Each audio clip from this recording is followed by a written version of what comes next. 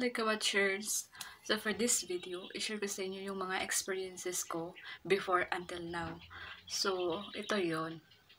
Meron kasi akong narinig na may mga bagay talaga na magtampo. Alam mo yung mga bagay na sa'yo na kailangan mo siya i-give up.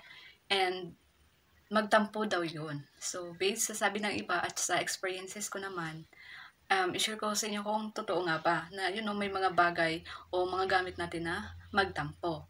So, once daw na meron kang bagay na or mga gamit na mahalaga sa'yo, and then kailangan mo nang bumili ng bago, so yung ginagamit mo is masisira sa kahit anong paraan. And kayo ba ay naniwala dyan sa mga ganyang, haka-haka, sabi-sabi o paniniwala?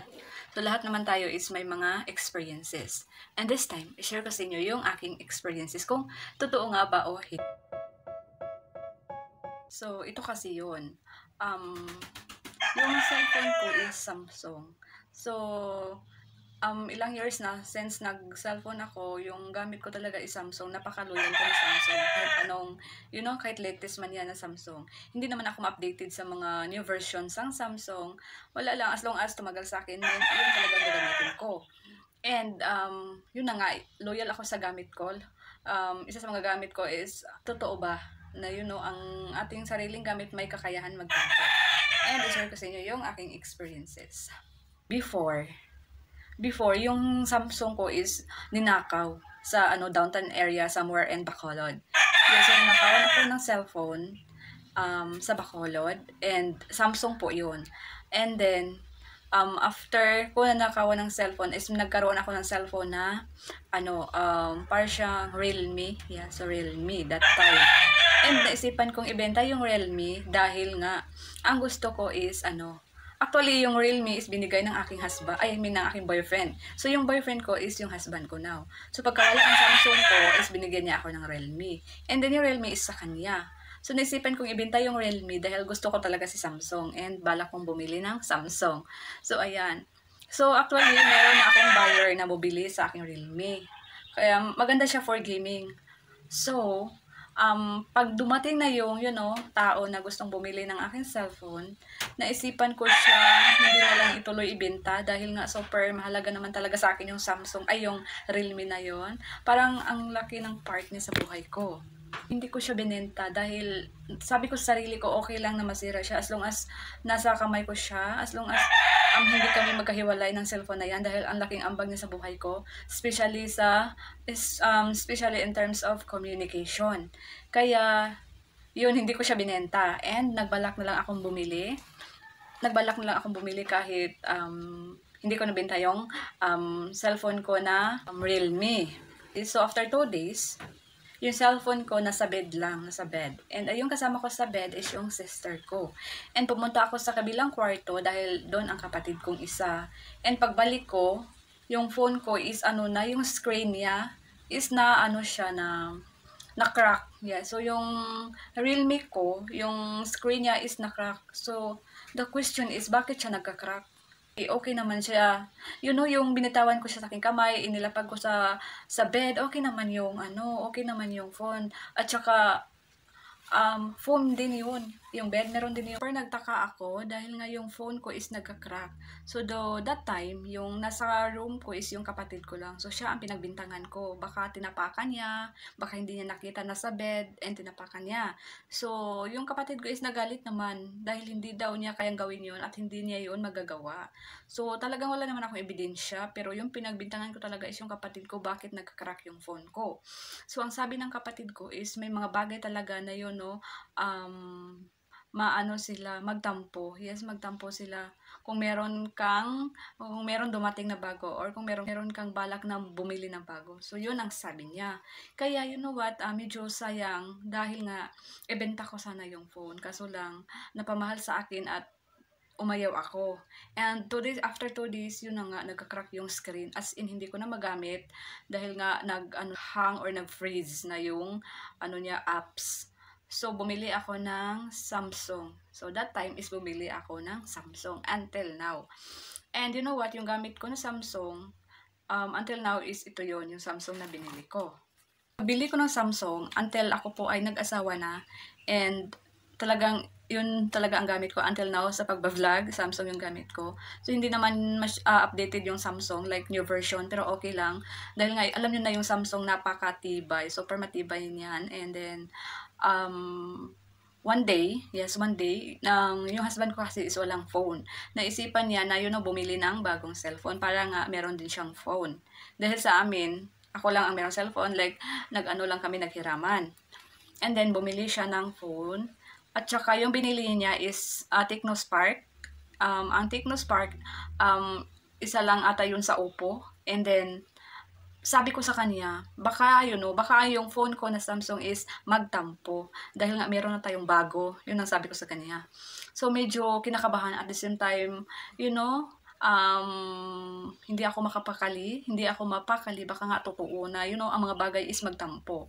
So, sabi ko sa cellphone ko, hindi kita iiwan. Yung phone na binili namin is hindi yun para sa akin, para sa aking husband yun. So, tayo pa rin. Samahan mo pa rin ako sa aking pag-vlog, sa aking ginagawa. So, kahit anong mangyari, makabili man ako ng bago, hindi kita ibibenta. So, yun ang sabi ko sa aking cellphone na Samsung na ginagamit hanggang ngayon. Nabili na namin yung cellphone ng aking husband, and one day, nag-travel kami, like, pumunta kami sa mall, and kami po ay nagsakay ng motor.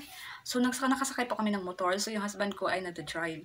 So, during travel, yung anak ko kasi is, masyadong init, kaya nga, wala siyang kalo. So, lagyan ko siya ng kalo or cap sa kanyang head. And then, nasa bag, while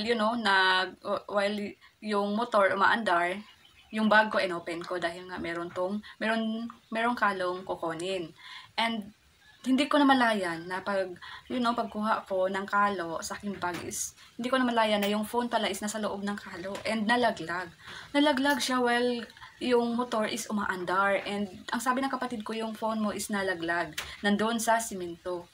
And then, nag-stop kami sa kilid ng dalan. And then, but suddenly, is merong motor na natin nga 4 meters distance.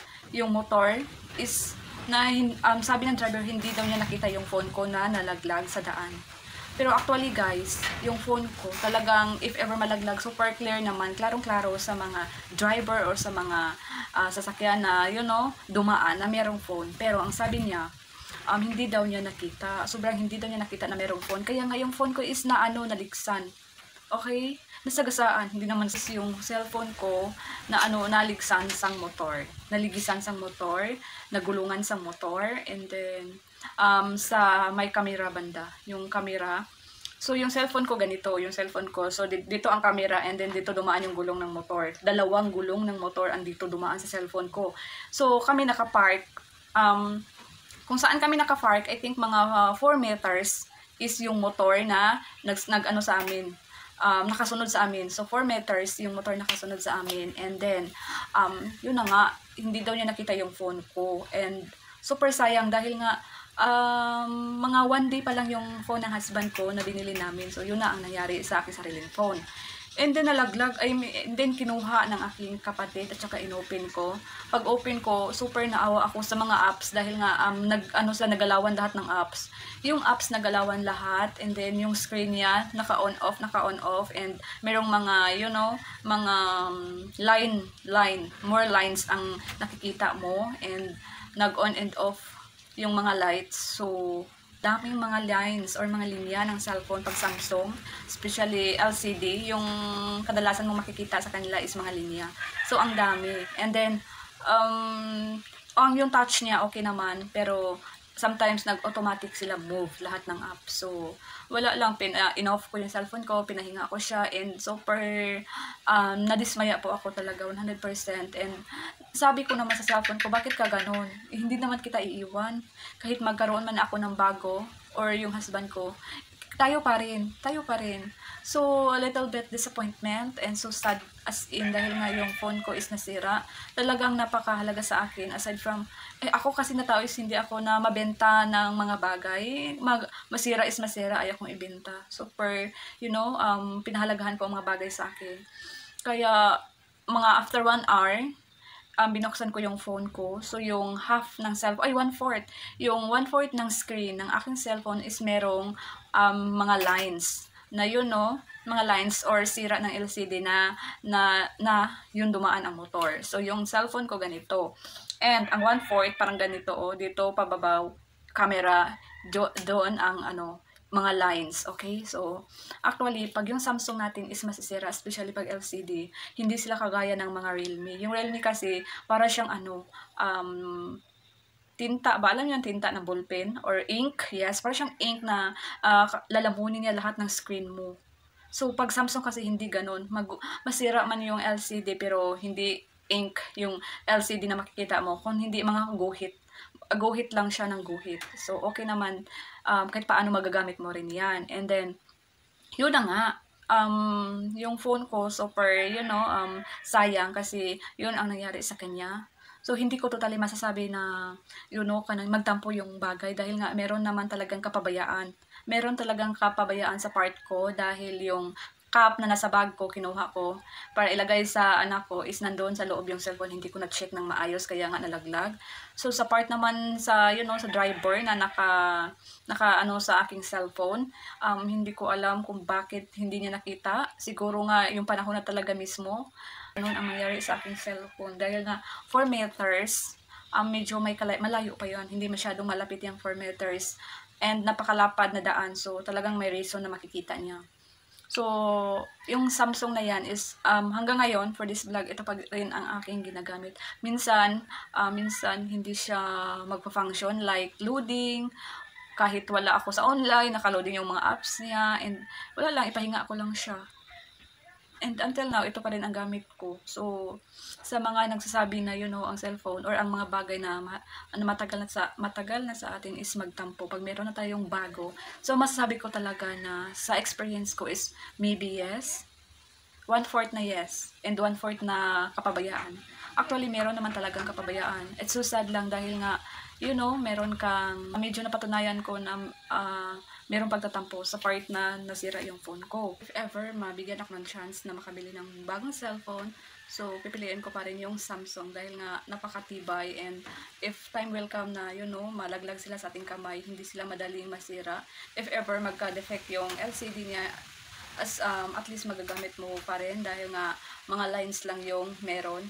Hindi kagaya sa ibang cellphone na parang merong ink ng ballpen. So, lahat naman tayo is merong experiences sa mga bagay na gusto natin, sa mga bagay na minahal natin na biglang nawawala.